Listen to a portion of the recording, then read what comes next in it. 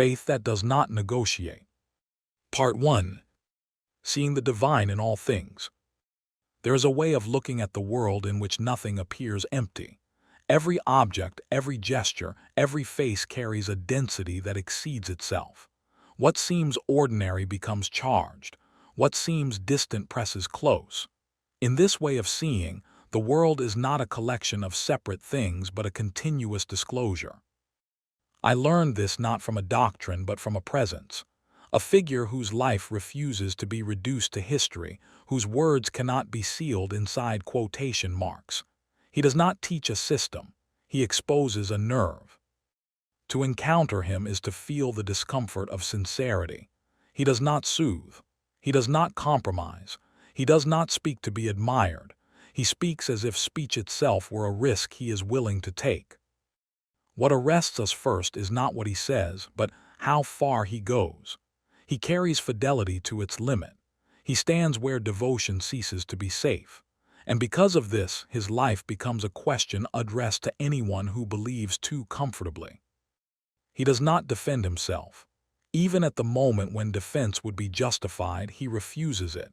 His final words are not accusations but petitions, not curses but forgiveness. He does not ask that those who kill him be punished. He asks that they be excused. This posture is not weakness. It is excess.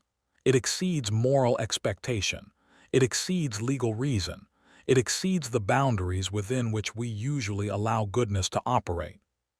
Such a figure is intolerable to power, not because he organizes rebellion, but because he exposes the poverty of authority. He does not oppose rule with counter-rule. He dissolves the premise that rule is ultimate. What kind of human being acts like this? Not an abstract saint, not an angelic exception, a human being who accepts the full consequence of love. Love in this sense is not sentiment. It is not reassurance. It is not mutual recognition. It is a force that dismantles the self without annihilating it. It strips away all calculations of gain and loss. It leaves no room for strategic silence. To love in this way is to step outside the economy of fear. This is why such love appears dangerous. It cannot be controlled. It does not negotiate. It does not retreat when threatened. It does not adjust its tone to survive. The one who loves like this becomes exposed. Every word can be turned against him. Every gesture can be misread, and eventually it will be. Yet he does not moderate himself to avoid misunderstanding. He refuses to dilute clarity for safety. What he seeks is not martyrdom. Martyrdom seeks recognition. He seeks coherence. He seeks to remain undivided. Division is the real enemy. Division between belief and action, between inner conviction and outward speech, between what is whispered to oneself and what is said aloud. Most people survive by dividing themselves. He refuses. When asked who he is, he does not answer with titles or roles. He answers from the depth where identity collapses into truth. The answer sounds scandalous only because we have forgotten how to listen. He does not claim ownership of the divine. He dissolves the boundary that allows the self to stand apart and point. In moments of rare intensity, the separation between speaker and source collapses. Language breaks its usual function. Pronouns lose their stability. The sentence becomes a site of rupture. This is not philosophy in the academic sense. It is not mysticism as ornament. It is lived metaphysics, paid for with blood. Those who hear such speech without preparation hear blasphemy. Those who hear it with fear hear madness. Those who hear it with love hear recognition. The danger lies not in the words themselves, but in the listener. Words reveal the measure of the one who receives them. Authority fears what it cannot categorize. It needs clear borders, belief and unbelief, obedience and rebellion, orthodoxy and deviation. He moves between these lines without settling. He cannot be placed, so he must be removed. Yet removal does not erase him. His death does not end his speech. It amplifies it. Long after the body is gone, the question remains, What does it mean to be faithful without reservation? Faith, for him, is not adherence to rules. It is not anxiety over correctness. It is a total exposure to the will of the Absolute without demanding guarantees. Such faith is not safe. It does not promise comfort. It does not protect reputation. It does not ensure survival. But it does something more radical. It restores integrity. Integrity is wholeness. To be whole is to refuse the convenience of half measures, to refuse the temptation to say one thing and mean another, to refuse the habit of worshiping ideals while protecting the self. He is whole to the point of destruction. This is why his life disturbs even those who admire him. It suggests that sincerity has consequences. It implies that one cannot endlessly postpone truth. He does not ask others to imitate his fate. He does not prescribe his path as a method. He simply lives as if truth mattered more than continuity. This is unbearable to institutions built on continuity. Yet there is tenderness in him, not softness but precision. He sees human frailty without contempt. He understands fear because he has passed through it. He understands hesitation because he has felt its pull. When he speaks of distance from the divine, he does not condemn it. He names it. When he speaks of nearness, he does not romanticize it. He trembles before it. Nearness is not comfort. Nearness burns. To approach the Absolute is to feel one's own insufficiency without illusion. It is to recognize that the self cannot remain intact. Something must give way. What gives way is not dignity, but pretense. The language he uses is sometimes abrupt, sometimes paradoxical. He knows that clarity does not always wear simple clothes. Some truths resist smooth formulation. They require fracture. He does not smooth contradictions. He inhabits them. At times he cries out, asking to be relieved of himself. At other times he demands to be returned to himself. These are not inconsistencies.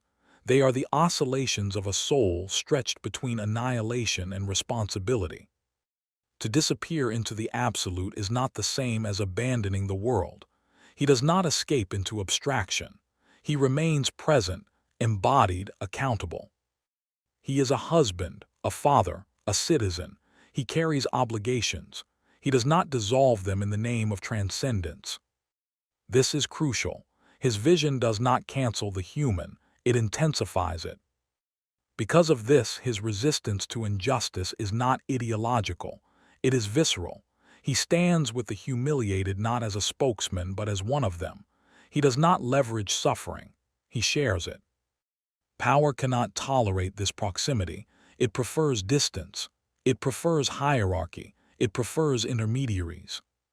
He bypasses them all. This is why he is accused not only of theological error, but of social disruption. His crime is not a sentence but a stance. To say that truth is not owned by institutions is already subversive. To live as if this were true is unforgivable. And yet, even at the end, he does not frame his death as protest. He does not denounce his judges. He does not curse the crowd. He turns his attention elsewhere, upward, inward, beyond. He asks that those who kill him be forgiven, not because they are right, but because they do not see. He refuses to let resentment be the final word. This refusal is perhaps his greatest teaching. Not to be consumed by bitterness, not to reduce the world to enemies, not to let injustice define one's inner landscape. In this, he remains radically human. His voice does not fade. It returns whenever faith becomes rigid, whenever devotion becomes spectacle, whenever belief forgets its cost. He stands as a reminder that the divine cannot be contained without being betrayed, and that to see the divine in all things is not to escape the world, but to enter it without armor. Part 2. Nearness and distance. To speak of nearness to the divine is already to risk misunderstanding. Nearness is usually imagined as warmth, reassurance, a sense of arrival, but what he describes is closer to exposure. Nearness is not shelter, it is intensity. Distance, by contrast, is not abandonment. It is not exile. Distance is the space in which longing becomes articulate. Without distance, desire has no language. He lives between these two poles without attempting to resolve them. He does not collapse distance into sentiment, nor does he turn nearness into possession. He refuses both comfort and despair. This refusal shapes everything he says. When he speaks of God, he does not describe an object. He describes a pressure, something that presses against the limits of the self until the self can no longer pretend to be sufficient. The greatest error in his eyes is not disbelief but complacency, the belief that one has already arrived, the belief that the mystery has been settled. Certainty, when it hardens, becomes a barrier. It stops listening. It replaces attention with repetition. He is suspicious of any faith that no longer trembles. Trembling is not fear in the ordinary sense. It is the body's recognition that it stands before something that cannot be mastered. It is the mind's admission that it does not command the horizon. Those who accuse him of arrogance misunderstand this completely. Arrogance claims ownership. He claims exposure. His statements shock because they are spoken from a place where the self has been partially undone. The grammar of ordinary identity cannot survive there. Pronouns slide. Boundaries blur. Listeners demand that he speak safely. He refuses. To speak safely would be to speak falsely. There are moments, he admits, when the distance becomes unbearable, when the divine seems withdrawn, silent, unreachable. In these moments, he does not mask the pain. He does not translate it into doctrine. He cries out. These cries are not performances. They are not meant to instruct. They are records of pressure.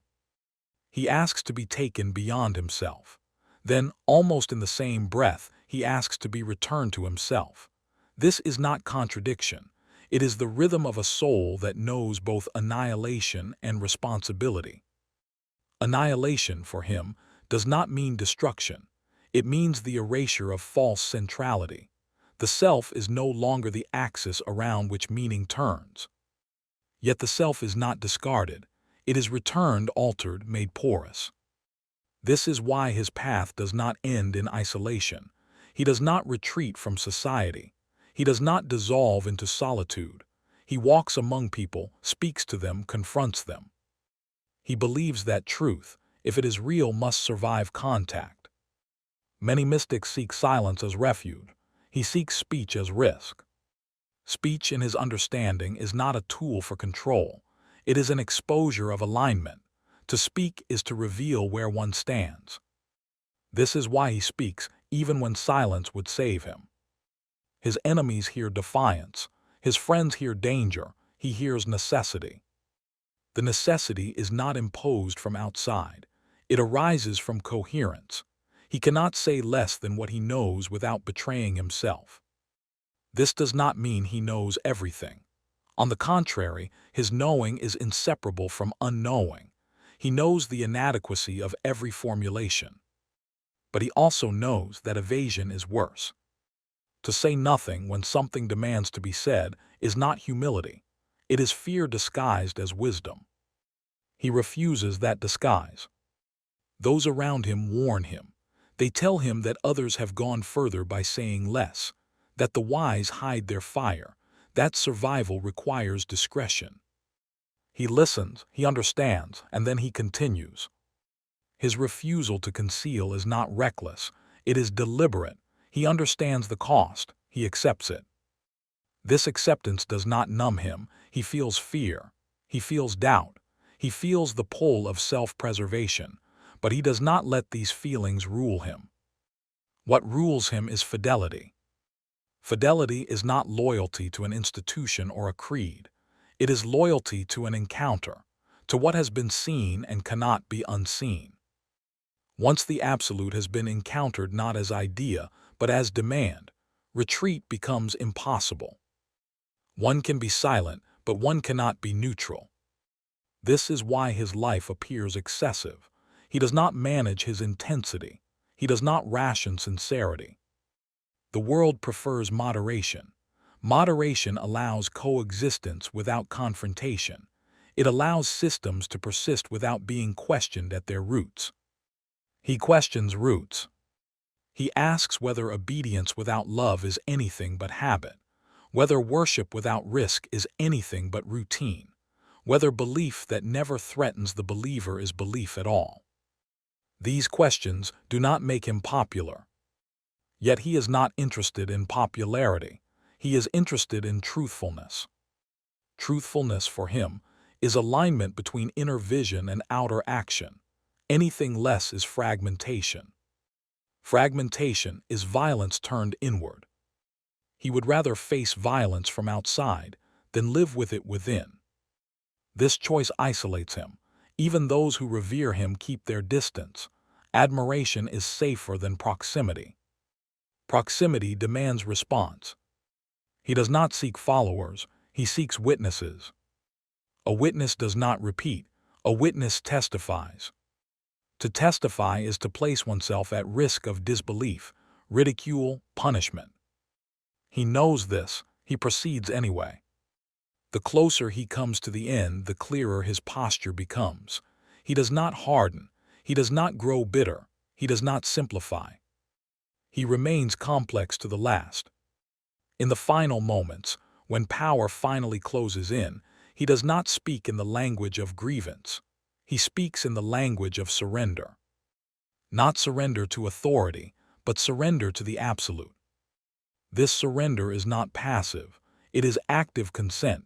He consents to the cost of coherence. Those who execute him believe they are ending a disturbance. They are wrong. They are revealing it. His death does not resolve the tension he embodied, it intensifies it. The question he lived does not die with him. How far can fidelity go before it becomes intolerable? Or does devotion end and danger begin? Is there a point at which truth must choose between survival and integrity? He leaves these questions unanswered, not because he lacks answers, but because answers would close what must remain open. He leaves behind not a doctrine, but a pressure. That pressure returns whenever belief becomes too comfortable, whenever language becomes too polished, whenever faith forgets that it began as risk. Part 3. Faith and unfaith. Faith in his understanding is not the opposite of doubt. It is the opposite of evasion. Doubt can coexist with fidelity, evasion cannot. What he challenges is not uncertainty, but avoidance, the habit of stepping aside when truth presses too closely. Unfaith, then, is not disbelief. It is indifference. It is the quiet agreement to live divided, to say the right words while protecting the wrong center. He has little patience for this kind of piety. He does not attack it with sarcasm or mockery. He simply exposes it by contrast. He stands too close to what he names. In his presence, half measures feel dishonest. Those who accuse him of undermining belief misunderstand him. He does not hollow faith out. He intensifies it. He refuses to let faith become a shield against transformation. Belief, when it functions as protection, loses its edge. It becomes a way of remaining unchanged while claiming devotion. He considers this a betrayal more severe than denial.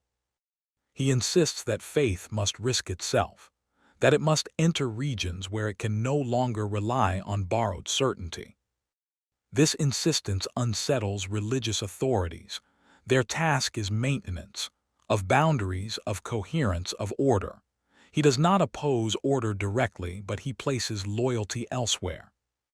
His loyalty is vertical, not horizontal. It does not flow through institutions, it cuts through them. This does not make him anti-religious. It makes him impatient with religion that substitutes procedure for presence. He honors practice, he prays, he fasts, he submits himself to discipline, but he refuses to confuse means with ends. Practice without inward rupture is, for him, an empty shell. He is accused of abolishing law. He does not. He relativizes it. Law is a guide, not a destination. When law becomes an idol, it obscures what it was meant to serve. This is a dangerous claim. It suggests that obedience is not sufficient, that intention matters, that interior alignment cannot be outsourced. He knows how threatening this sounds. It places responsibility back onto the individual. It removes the comfort of anonymity. One can no longer hide behind consensus. This is why he insists that faith is personal without being private. It is lived in the open. It has consequences. Unfaith appears not only in those who reject belief, but in those who instrumentalize it. Those who use sacred language to secure power, to justify cruelty, to silence conscience. He does not shout at them. He simply refuses to cooperate. Refusal, in his case, is not rebellion. It is non-participation in falsehood. He does not seek to replace one authority with another. He withdraws allegiance from what he cannot honor. This withdrawal exposes him. Neutrality would protect him. Ambiguity would shelter him. He chooses neither. He speaks plainly, even when plain speech is interpreted as provocation. What makes his speech intolerable is not its volume but its orientation. He speaks upward, not outward. He does not address crowds. He addresses the absolute in the presence of crowds. This orientation disarms strategies of control. Power depends on predictable address. He refuses to play that game. When asked to explain himself, he offers no defense. Explanation would reduce what he lives to what can be managed. Instead, he bears witness. Witness is not argument. It is presence under pressure. This is why his statements resist paraphrase. They are not propositions but events. They happen at the edge of speech. Those who approach them analytically miss their force. Those who approach them with fear miss their meaning. Only those willing to be unsettled hear what is at stake. He does not invite everyone. He does not advertise. He does not soften the threshold. This is not elitism. It is realism. Not everyone wants what he offers. Not everyone can endure it. He does not blame them. He knows that fear is powerful, that survival instincts are real, that silence can feel virtuous when danger looms. He does not condemn silence. He condemns silence that pretends to be truth. There is a silence that listens and a silence that hides. He distinguishes between them sharply. When he speaks of disbelief, he does not describe atheism or skepticism.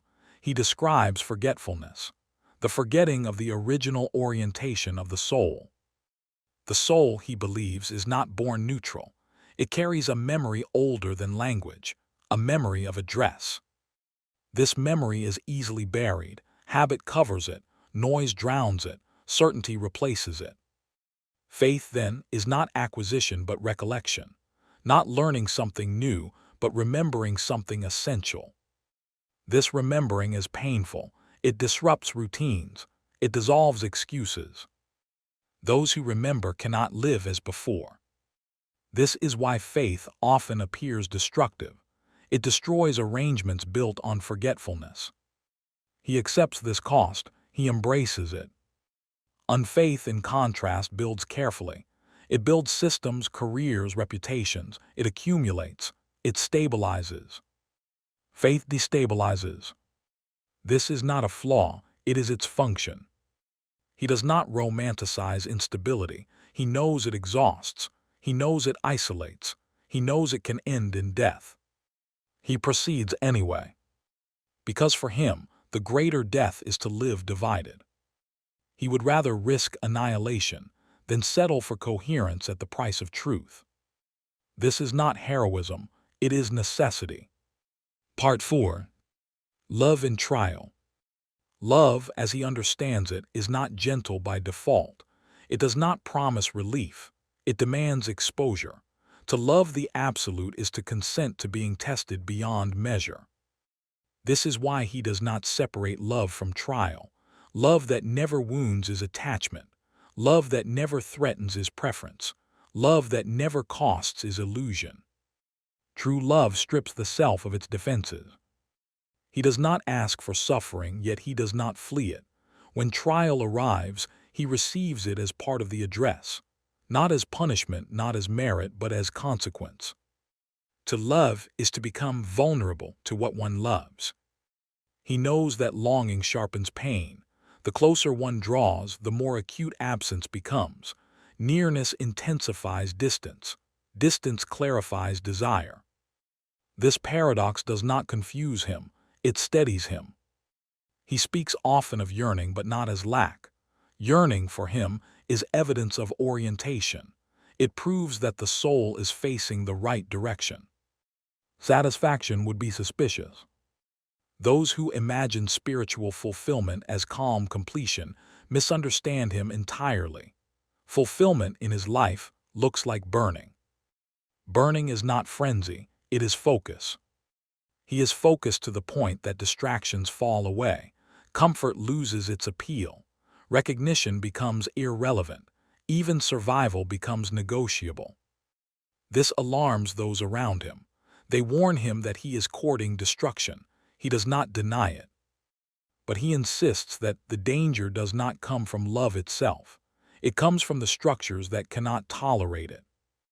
Love unmasks fear. Fear reacts violently. When power feels threatened, it reaches for legitimacy.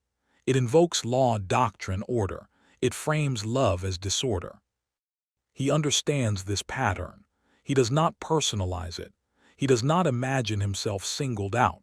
He sees himself as a point of friction in a larger mechanism. This clarity does not harden him, it softens him. Because he knows that those who oppose him are not monsters. They are afraid of losing control, coherence, authority. Fear breeds cruelty without intention. He does not excuse cruelty. He refuses to mirror it. When he speaks of trial, he does not glorify endurance. He does not celebrate pain. He simply refuses to let pain dictate meaning.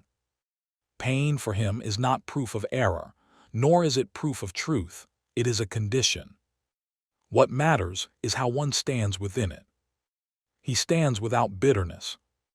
This is perhaps the most incomprehensible aspect of his life. Not that he suffers, but that he does not convert suffering into accusation. He does not ask why this is happening. He asks how to remain aligned. Alignment, again, is his central concern. He measures everything by it: speech, silence, action, restraint. Does this preserve wholeness or does it fracture it? Many actions that appear reasonable to others appear to him as compromises with fear. He refuses them. This refusal isolates him further. Isolation, however, is not loneliness. Loneliness seeks company. Isolation is a byproduct of fidelity. He remains connected to the absolute, to humanity, to the suffering of others. But he is no longer anchored in collective reassurance. This makes him difficult to classify. Is he a reformer? No, he does not propose programs. Is he a mystic withdrawn from the world? No, he remains entangled in it. Is he a rebel? No, he does not seek overthrow. He is something more unsettling, a reminder. A reminder that love, taken seriously, will always destabilize systems built on fear. A reminder that devotion is not safe. A reminder that truth does not negotiate its intensity. When trial reaches its peak, when his body is bound and his fate sealed, he does not shift his stance. He does not retreat into silence, nor does he escalate into defiance. He remains what he has always been: exposed. Exposure is his final teaching. Not everyone is called to this degree of exposure. He does not claim universality for his path. He does not prescribe his end as a model. But he refuses to pretend that such exposure is optional for all. There are moments when truth demands more than discretion allows. In those moments, one must choose. He chooses coherence. Even then, love remains his language. Not love as sentiment, but love as orientation toward the absolute beyond self-preservation.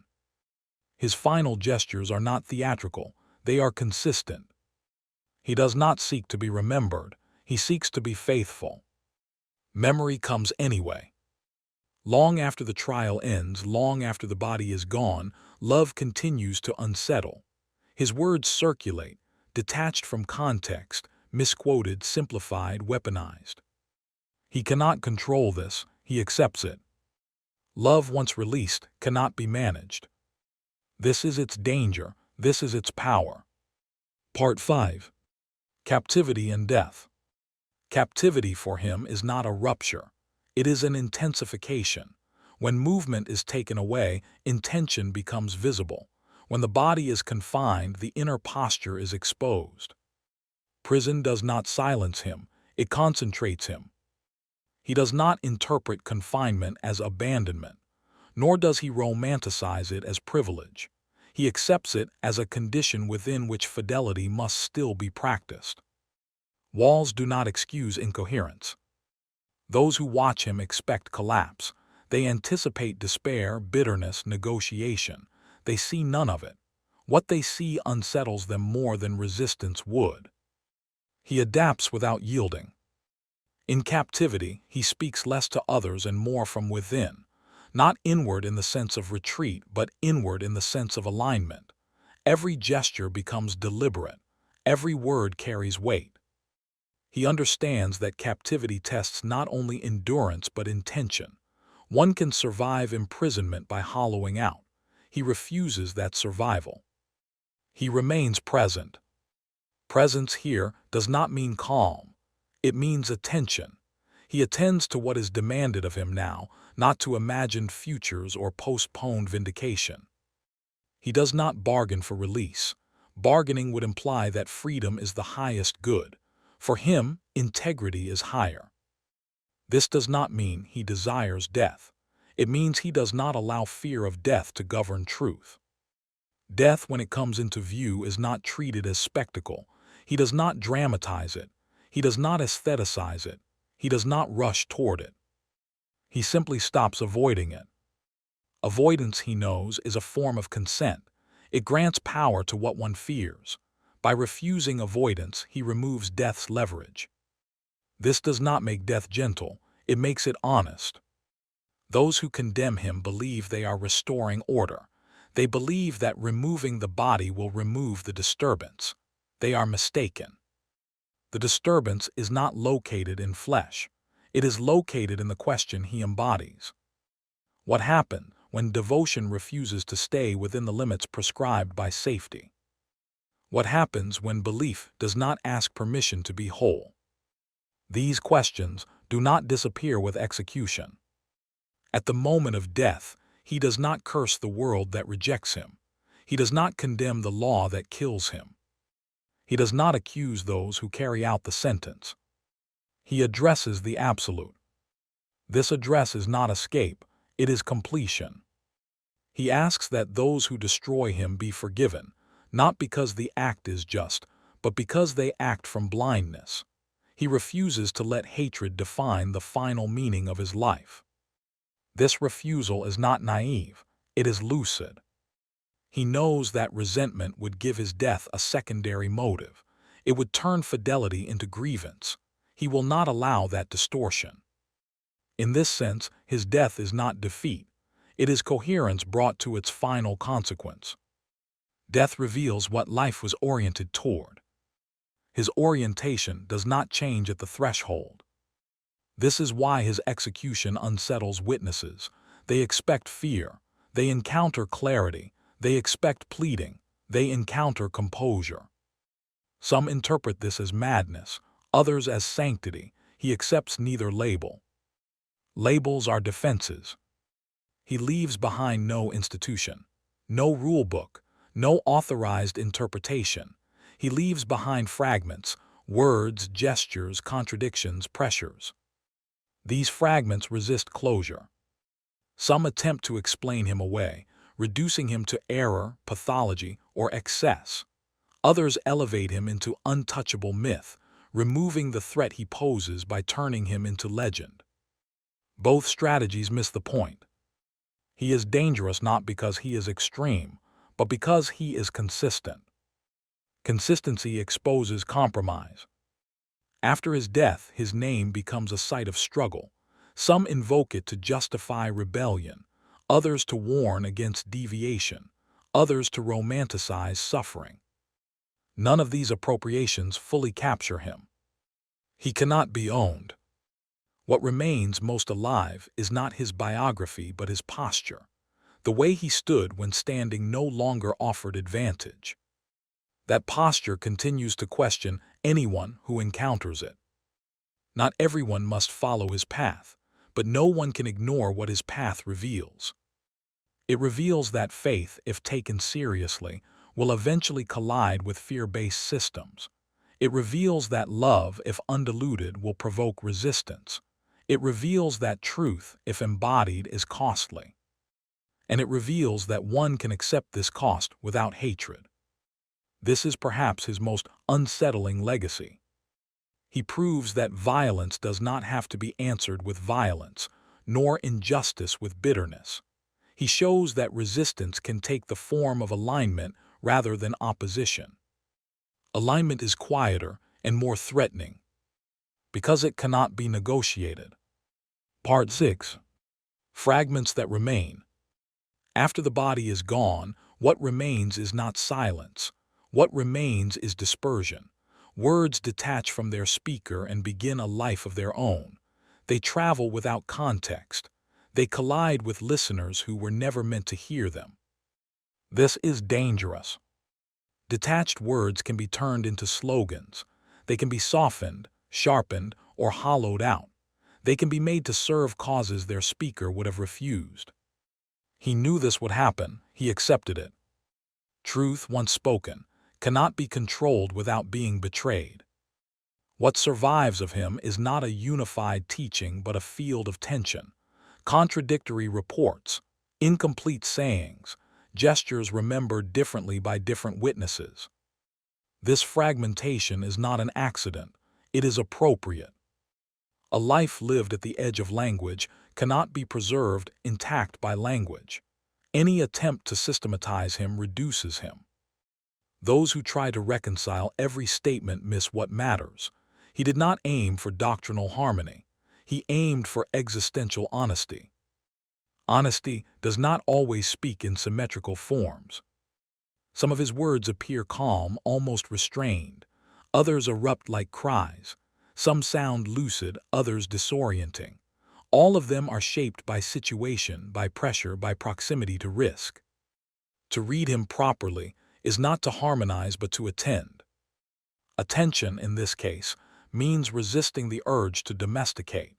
It means allowing difficulty to remain difficult. Many readers want reassurance. They want to know whether he was right or wrong, orthodox or deviant, saint or heretic. These categories offer relief. He offers none. He forces a more unsettling question. What does it mean to speak truthfully when truth endangers you? This question does not belong to one tradition or era. It returns wherever belief intersects with power. It returns when religion becomes administration, when conscience is outsourced, when obedience is prized above integrity. In these moments, his fragments regain their force. Not because they provide solutions, but because they reopen stakes. He does not tell us what to think. He shows us what it costs to mean what we say. This is why his influence spreads unevenly. He resonates most strongly where language has been cheapened, where faith has been reduced to identity, where belief has been stripped of risk. In such contexts, his voice sounds excessive. It offends moderation. It embarrasses comfort. That embarrassment is productive. It reveals how far one has drifted from what one claims to honor. Some readers respond by condemning him anew. Others respond by romanticizing his extremity. Both reactions keep him at a safe distance. The more difficult response is proximity. Proximity asks uncomfortable things. What am I willing to risk for coherence? Where do I divide myself to survive? What truths do I soften to remain acceptable?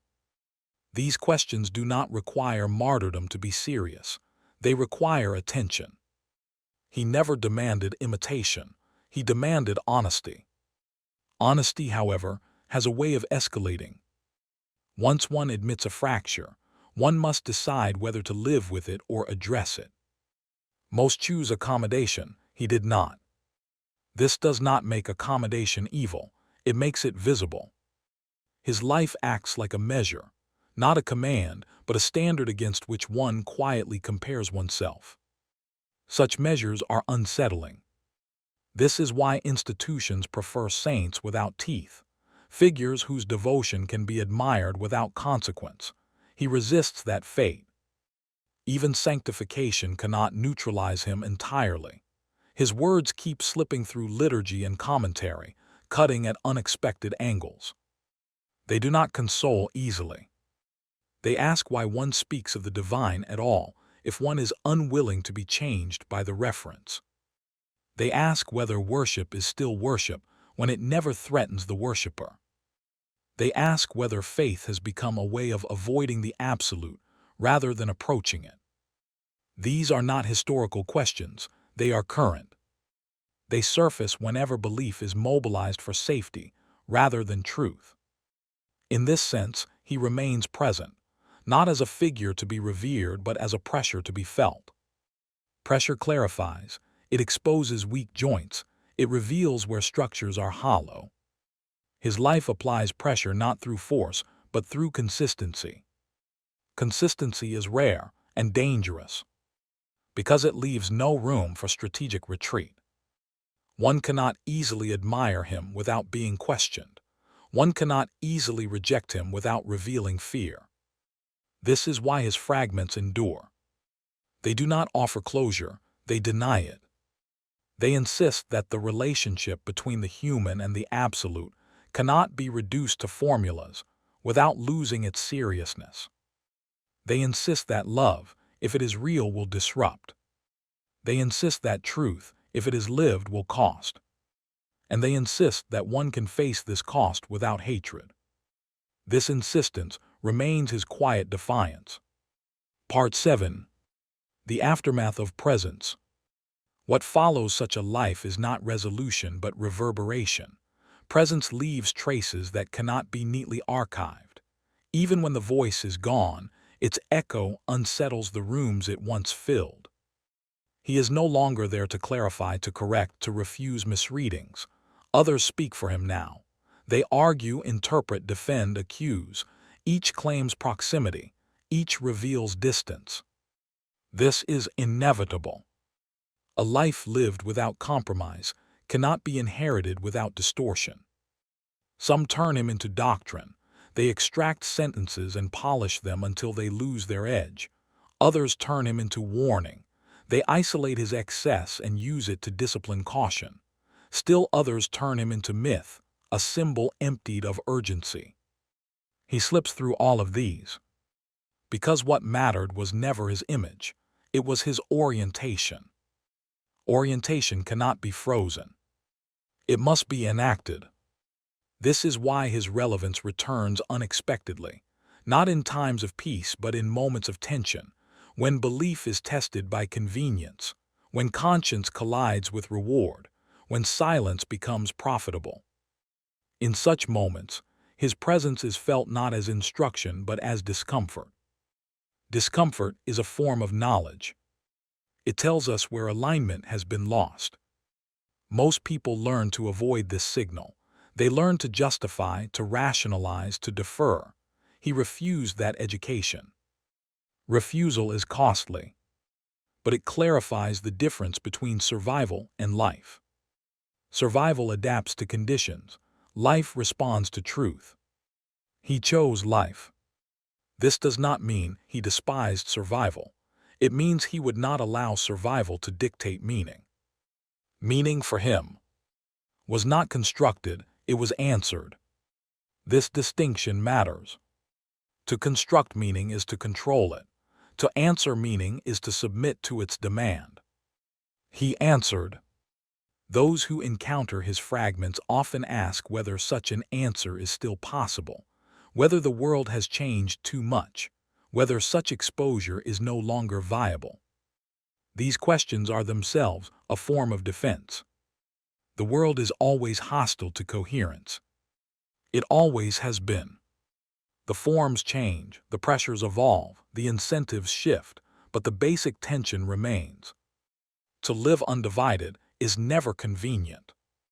What he demonstrates is not a historical anomaly but a permanent possibility, rare but real. Not everyone will choose it, not everyone should. But its existence matters. It prevents the collapse of truth into strategy.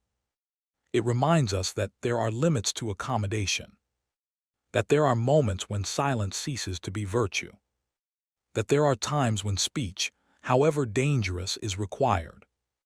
He does not define those times for us. He leaves that discernment intact. What he offers is not instruction but exposure. Exposure to what faith becomes when it stops protecting itself. Exposure to what love demands when it is not negotiated. Exposure to what truth costs when it is embodied rather than admired. This exposure is uncomfortable. It should be. Comfort is not a reliable measure of integrity. He understood this deeply. This is why his life cannot be used as decoration. It resists being placed safely on a shelf. It intrudes. Even those who reject him feel compelled to explain why. That compulsion reveals something. One does not explain what is irrelevant. He remains relevant because he exposes fault lines that persist. Between belief and practice, between speech and intention, between reverence and fear. These fault lines run through every age. They run through every person. He did not eliminate them. He stood within them without denial. Standing there is costly, but it is also clarifying. Clarity does not bring peace. It brings responsibility. Responsibility is heavier than comfort. He carried it, and in carrying it he left behind a measure, not of perfection but of seriousness. Seriousness about truth. Seriousness about love. Seriousness about the cost of coherence. This seriousness remains his final address. It does not command, it invites. Not to imitation but to honesty. Not to heroism but to alignment. Not to death but to life that does not flee its own depth. Part 8. The weight of alignment. Alignment is heavier than belief. Belief can be carried lightly. It can be adjusted, postponed, compartmentalized. Alignment cannot. It presses on the whole of life. It demands consistency where convenience prefers fracture. This is why alignment is rare. To align oneself is to accept that inner vision and outer conduct cannot be separated without cost. It is to admit that every choice participates in meaning, that nothing is neutral. He lived with this admission fully exposed. He did not divide sacred time from ordinary time. There was no protected space in which truth was allowed to rest while the world continued untouched. Every moment carried the same demand. This intensity is often mistaken for extremism, but extremism seeks domination. Alignment seeks coherence. Coherence is not loud. It does not recruit. It does not persuade by force. It simply refuses contradiction. This refusal irritates systems that rely on managed inconsistency. Systems need people to believe one thing and do another. They need devotion to remain symbolic. They need language to stay flexible enough to justify outcomes already chosen. Alignment resists this flexibility. It is inflexible not because it is rigid, but because it is anchored. Anchors do not move to accommodate waves. He anchored himself in what he had encountered and refused to drift away from it, even when drifting would have been safer. Safety for him was never the primary question. The primary question was always, am I still standing where I began? Not where I began historically, but where I began inwardly, at the point of address, the moment of recognition, the place where the self was first unsettled by the absolute. That place cannot be revisited without consequence. Many people encounter such a moment and then spend their lives negotiating distance from it. They remember it fondly, interpret it cautiously, translate it into manageable terms. He did not negotiate. This does not mean he was incapable of nuance. It means he refused to use nuance as camouflage. There is a difference. Nuance deepens understanding. Camouflage conceals commitment.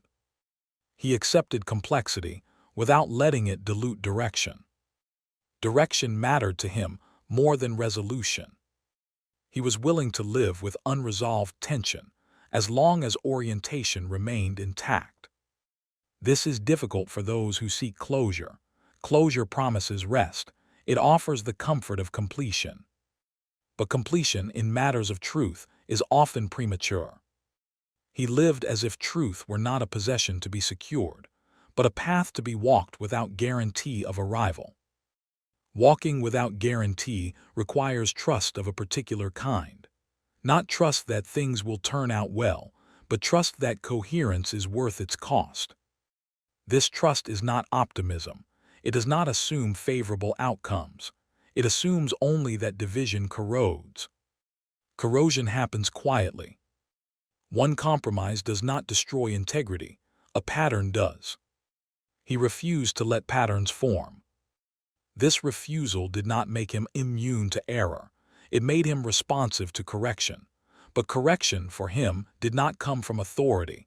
It came from alignment itself. When something rang false, he listened. Listening in his case was an ethical act. He listened not only to inner pressure but to the suffering around him. Alignment did not detach him from others. It sharpened his sensitivity. He noticed injustice not because he was ideological, but because misalignment produces harm. Harm is a symptom. When systems drift from truth, the vulnerable feel it first. He stood near them, not as advocate but as participant. This proximity made neutrality impossible. Neutrality often masquerades as wisdom. In reality, it is frequently a refusal to choose. He chose. Choosing, however, did not mean certainty. It meant commitment without final clarity. He moved forward without the reassurance of being right. This is what distinguishes alignment from dogmatism. Dogmatism demands certainty before action. Alignment accepts action amid uncertainty. He acted because delay would have been dishonest. Dishonesty for him was not lying. It was dislocation, living away from what one knows. He would rather be wrong in coherence than right in division. This is not an argument, it is a posture. And postures teach without instructing. Those who encounter this posture are left with an uncomfortable freedom. He does not tell them what to do. He removes excuses. After encountering him, one cannot easily claim ignorance. One may still choose accommodation, but one knows it as such. This knowledge is unsettling. It does not accuse, it illuminates. Illumination does not coerce. It clarifies the cost of choices already being made. This is why his legacy persists not as doctrine, but as weight. A weight that presses gently but insistently. A weight that asks, where are you standing? Not what do you believe, but where do you stand when belief demands consequence? Not what do you say, but what are you willing to risk for coherence? These questions do not age. They do not belong to a single figure or tradition. But his life sharpened them to a point that still cuts. And that cut, though uncomfortable, is precise. Part 9. Witness without shelter. To witness without shelter is to stand without the usual protections. Reputation, position, consensus. These are shelters people rely on to soften the impact of what they say and do. He stepped out from under them deliberately. This did not make him fearless. It made him exposed. Exposure is not bravado. It is the acceptance that one's words will not be buffered by status or excuse. What is spoken will fall directly into the world, unshielded. He accepted this vulnerability because shelter would have distorted the address. To speak from behind protection is already to speak partially. Partial speech for him was a form of untruth. Witness, in his understanding, is not testimony given after the fact. It is presence enacted in real time. One does not witness what one believes. One witnesses what one cannot escape. This is why his speech feels urgent. It is not reflective commentary. It is utterance under pressure. Pressure reveals priorities. Under pressure, many retreat into abstraction. They speak generally, theoretically, safely. He did the opposite. He spoke concretely, personally, irreversibly. Irreversibility terrified those around him. Irreversible speech cannot be retracted, revised, or reframed once consequences unfold. Institutions depend on reversibility. They rely on ambiguity to preserve control. He denied them that margin. By refusing to shelter his words, he also refused to shelter himself. This refusal dismantled the usual transaction between speaker and audience. He did not persuade in order to survive. He survived, or failed, according to whether he remained aligned. This altered the power dynamic completely. Those who judged him could not locate his leverage. He did not seek acquittal. He did not bargain for mercy. He did not appeal to sympathy. Appeal would have implied dependency. He was dependent but not on them. This distinction was intolerable. Power expects need. It understands need. It manipulates it. He removed himself from that grammar. What remained was naked presence. Naked presence unsettles because it offers no handle. One cannot threaten what does not cling. One cannot bribe what does not calculate. One cannot intimidate what has already consented to loss. This does not mean he was invulnerable. He suffered deeply. He felt the weight of separation, the pain of misrecognition, the anguish of impending death. But suffering did not become his argument. He did not leverage pain to claim moral superiority. He did not turn endurance into spectacle. He simply endured. Endurance in this sense is not stoicism. It is fidelity under strain. Strain reveals the quality of commitment. Many commitments dissolve when strained.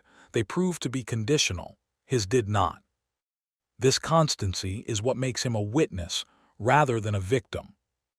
A victim is defined by what is done to them.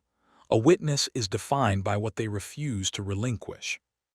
He refused to relinquish alignment. Even when stripped of agency, he retained orientation. Orientation cannot be confiscated. This is a crucial insight. One can be deprived of freedom, dignity, even life, but one cannot be forced to reorient inwardly. That decision remains one's own.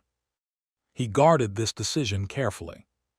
This is why his final address is not despair but invocation, not complaint but release. Release here does not mean escape. It means relinquishing control over outcome while maintaining responsibility for stance. He releases outcome, he keeps stance. Those who observe this often misunderstand it as passivity. It is not. It is the most active form of responsibility. Responsibility for what one brings into the world through speech and action, regardless of how the world responds.